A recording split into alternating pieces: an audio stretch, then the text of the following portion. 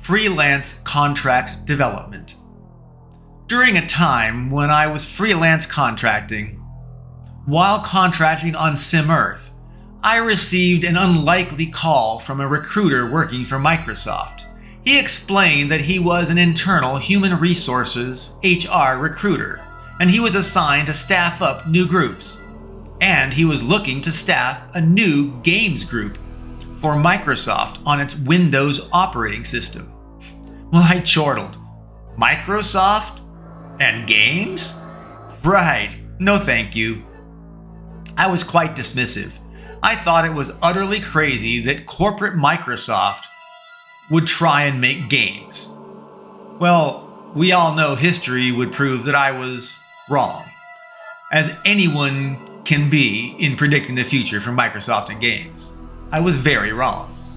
Microsoft went on to become a major player in computer game development, and went so far as to create the DirectX suite of software reference drivers with hardware acceleration support, to standardizing input graphics and sound on computers so that games could focus on their experiences instead of just how to deliver visual and audio effects, or just read different types or brands of keyboards and mice and such.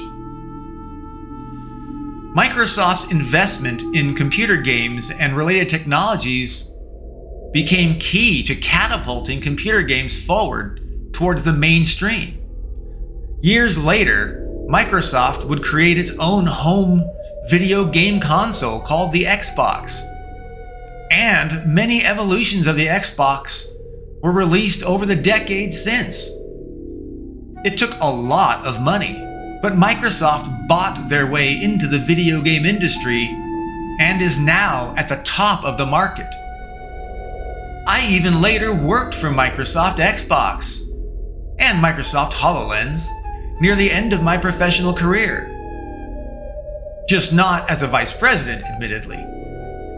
That opportunity to interview for vice president of games development at Microsoft decades earlier, when I scoffed at the idea, was a miss.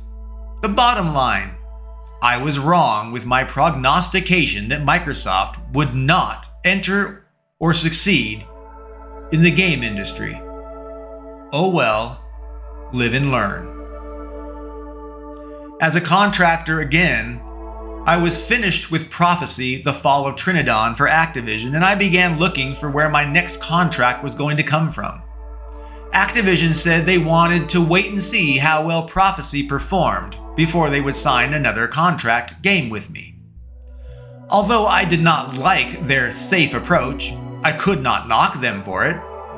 And besides, I had that upsetting experience with their now fired Vice President of Marketing, Kelly Flock, who had tried to control my game design. Not cool. Anyway, so I was looking for my next gig. I learned about a developer in American Fork, Utah, named Sculptured Software. They developed their own original games, and then they would find a publisher to release the game through. Because they funded the development themselves, thereby taking the majority of the risk up front, they earned a substantially higher royalty than other developers like myself that created games being paid by the publisher as advances against future royalties once the game eventually went to retail for sale. The game would have to sell enough copies normally to pay off the advances before I would see any more new money as a royalty from the game's sales. So when I reached out to Sculptured Software, they were surprisingly excited to meet with me. And they offered to immediately fly me out to Utah to meet with their staff and their leadership. It demonstrated their genuine interest. It was surreal for me. I had never been to a contract developer that subcontracted developers like me to work with them on an entire game or huge feature in a game that they were creating piecemeal within their studio to put together later and then sell to a publisher. It was all very complicated. I never experienced that distributed development model before. Once I was on the ground in Utah, they picked me up at the airport and brought me to the hotel. They said they would give me a tour of the area, which I really did not need because I thought being a contract developer meant I would be remote as opposed to being there. I certainly was not going to relocate. Regardless of it being weird to me though, I went along with their itinerary. After all, I was hoping to get a contract with them. Hal Rushton was the co-founder and most senior engineer with the company. Another man named George Meadows was the business side, countering Hal Rushton's technical side. Hal was a nice guy, and honestly above average intelligence. He made up for his not being totally brilliant, though, by being really a good people person. He was more of a manager, though, than an engineer in his management. But that was okay, because he seemed pretty good at hiring talented, smart people, and he adapted to whatever they needed and found other people to complement their skill gaps. That is what they were doing with me. They wanted to get to know me and confirm that I was trustworthy and was worth jumping through hoops to work with remotely. And so they set me up with their highly secretive, proprietary custom Nintendo development hardware and software. They took me out before that, though, to play football. Yeah, football on a field. So after 2 football games, then they took me to a sawdust-covered, authentic saloon. The floor was covered in sawdust. Apparently in homage to Brigham Young and the corresponding local university. Apparently George Meadows and Hal Rushton were devout and practicing Mormons, which included supporting traditional Utah and its institutions. Well, I guess I passed their review. I secured a contract to develop a port of Atari's coin-op game Cyberball to the home Nintendo Entertainment System, or the NES. The contract was with the company called Sculptured Software, again based in Utah. The founding owner of Sculptured was full-on Mormon, with many wives. He tried to keep it on the down low, but it became evident eventually. He was a good guy. His family values were really quite different from mine, but I learned to respect him despite our ideological differences. As an aside, Hal and George eventually discontinued their development hardware and original games.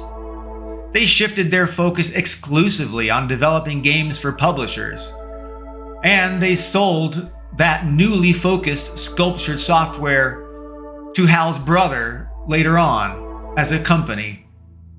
His brother was named Dave Rushton. He was previously a lead engineer working for Hal when it was Sculptured. Sculptured seemed to be struggling with cash though, and so they always needed money from publishers, which is why I suppose they switched to full-on work for publisher mode. They actually began to struggle to deliver quality features. I think it was after just a few years, Sculptured's very future was in question. Publishers began to wonder where was the money going, since the teams never grew and the company's burn rate did not match their income. Dave Rushton was in charge though now. And when money ran low with Dave, the first thing he sought to do was extract more money from development deals from the publishers. He asked for more money. Eventually, even the publishers said enough is enough. No more money was offered. So then he went off and secured small business loans to replenish the coffers. But again, he could never get ahead, and now he had interest payments. Whether Dave obtained more advances to cover his shortfalls or loans with high interest rates, without income exceeding his costs, He was burying himself and the company. Borrowed money could not be paid back, and it compounded with more and more interest, making him even deeper in debt. And worse, employees whose compensation were intended to include royalties would never see that pay. Something did not make sense though at Sculptured. Publishers suspected something was maybe corrupt. They sent in auditors. They discovered evidence of embezzlement, and the local police then were involved. They investigated, and Dave Rushton was arrested and convicted for embezzlement and fraud. He served many years in prison. I was long gone from Sculptured by the time Dave had destroyed it. Atari Games was the almost publisher for Cyberball, since it was a translation, called a port, of their stand-up arcade game of the same name. Due to an ongoing lawsuit between Nintendo and Atari, the consumer division of Atari, called Tengen, ultimately published Cyberball through another publisher called Jellicoe. They had to do everything to distance themselves from the actual released product. It was crazy that I developed Cyberball for Sculptured software for Atari Games, only to be published by Tengen through Jellicoe. As I developed Cyberball, I was introduced to Atari Games Vice President Steve Calfee and its Director of Development, Bill Hindorf. That relationship would later become key to my becoming a full-time employee at Atari Games. More on that later. Steve was a rotund, 40-something man with a round, boyish face and a wide smile with slightly curvy grayed hair with resistant black streaks. He was boisterous, bordering on loud at times, but he had high integrity and a very deep heart. He cared deeply for his team and games with a conviction and passion like so few people did. He was famous within the video game industry in the era. He was one of the original team members to create Missile Command, which would sell several million copies, along with numerous other famous games. He pioneered new hardware technologies. Steve strove to be at the forefront of video game tech. Steve owned a cabin in the woods of Lake Tahoe that had a basement full of the original Atari coin-op operated arcade games. It was a 2-story cabin with a 3rd story in the basement. There was an elaborate curving polished banister staircase connecting the floors. The cabin was posh. Steve would award staff with weekend trips to his cabin in recognition of extraordinary accomplishments. Much of the Atari staff was money agnostic because they had earned so much money in bonuses that they did not need any particular thing. So it always had to be something personal and special to make them feel rewarded. Steve's gaming cabin in the woods was his answer to make the team feel important and special. As a contractor and later as an employee working for Steve, I had no interest in going to Steve's cabin because I played every game so much that using his basement arcade might be novel, but it was not worth the trip unto itself. I had no need to socialize or bond with people further, and so going to the cabin with coworkers seemed pointless. And my time was precious to pursue my own interests or learn new things. I saw no value for myself going to Steve's cabin in the woods, though I could see how others would value it a lot. Steve rose from an era of engineering even before my time. He programmed far enough back that he used thick, almost cardboard paper that was punched with operator and operand codes, which could be fed into computers as programs and variables, which the computer would then execute and generate the results. Steve offered some of these ancient program punch cards to engineers to figure out what they did as a puzzle. There was no payout or bonus or anything beyond the recognition and the pride of accomplishment to have figured out what a stack of punch cards would have done were they ever entered in a computer of the far back era. Of course, I enjoyed figuring out what the punch card's cryptic holes instructed the arcane ancient computers to do. It was like going on a time travel mission and learning how to program a machine that was so old that it may as well have been alien tactile technology. I excelled at punch card decryption and analysis, such that it quickly became boring, and I moved on. But I had garnered another level of respect from Atari staff, especially from those that had no idea what those cards were ever used for to begin with. To them, I was a sorcerer of technology. Bill Hindorf was the director of development in the consumer division of Atari Games, called Tengen. He was a thin, scrawny man of moderate height, donning thick-rimmed black glasses and plain slacks and polo shirt. His voice was slow and almost monotone. Bill did not seem to ever get excited.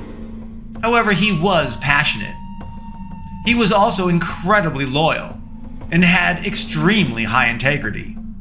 He was frugal and he was responsible. Overall, Bill was unobtrusive and appeared entirely to be an average geek of a man. But he was smart, talented, and strategic.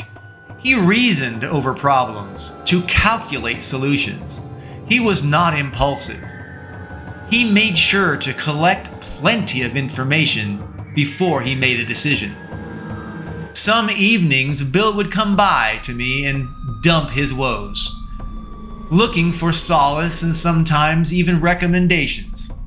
Bill was not well liked, but he was not disliked either. He was a solid soldier for his boss, Vice President Steve Calfee. Following my contract on Cyberball on the Nintendo Entertainment System, NES, I worried what my next deal or contract might be. Where might it come from? I was calling around everywhere. I called producers and developers that I had met so far in my career, at least the ones that I had obtained their contact information for. I realized then that I was not good at networking and maintaining contact information. Well, I worked fine with people, even if they thought I was maybe a little conceited. I was confident, I did talk fast, I worked more hours than almost anybody, I was focused far more intensely than most, and I could do pretty much anything that I set out to do. Yeah, I was way faster than anybody else in coding and even innovation of new ideas and things. People expressed immense respect for my talent, for my willpower, and my unwavering commitment to games. Anyway, I have much more to share later on Atari Games. This was, however, how I first engaged with Steve Calfee and Bill Hindorf of Tengen and Atari Games.